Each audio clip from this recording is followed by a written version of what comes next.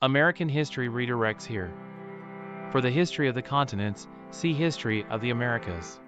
Further information, Economic history of the United States. Colonized the Atlantic coast, and by the 1760s, the 13 British colonies were established. The southern colonies built an agricultural system on slave labor, enslaving millions from Africa for this purpose. After defeating France, the British Parliament imposed a series of taxes, including the Stamp Act of 1765, rejecting the colonists' constitutional argument that new taxes needed their approval. Resistance to the history of the lands that became the United States began with the arrival of the first people in the Americas around 15,000 BC. Numerous indigenous cultures formed. After European colonization of North America began in the late 15th century, wars and epidemics decimated indigenous societies. Starting in 1585, the British Empire. These taxes, especially the Boston Tea Party in 1773, led to Parliament issuing the Intolerable Acts designed to end self-government. Armed conflict began in Massachusetts in 1775.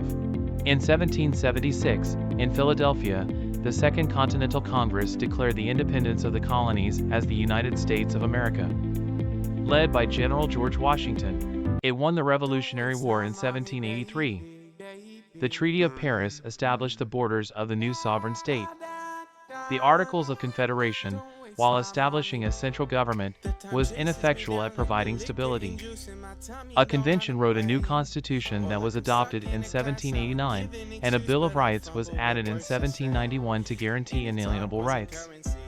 Washington, the first president, and his advisor Alexander Hamilton created a strong central government. The Louisiana Purchase in 1803 doubled the size of the country.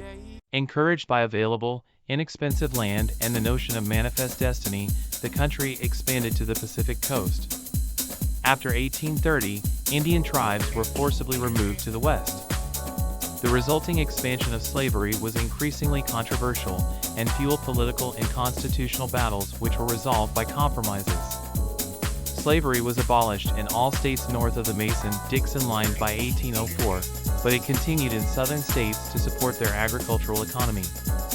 After the election of Abraham Lincoln as president in 1860, the southern states seceded from the Union to form the pro-slavery Confederate States of America, and started the Civil War. The Confederates' defeat in 1865 led to the abolition of slavery. In the subsequent Reconstruction era, legal and voting rights were extended to freed male slaves.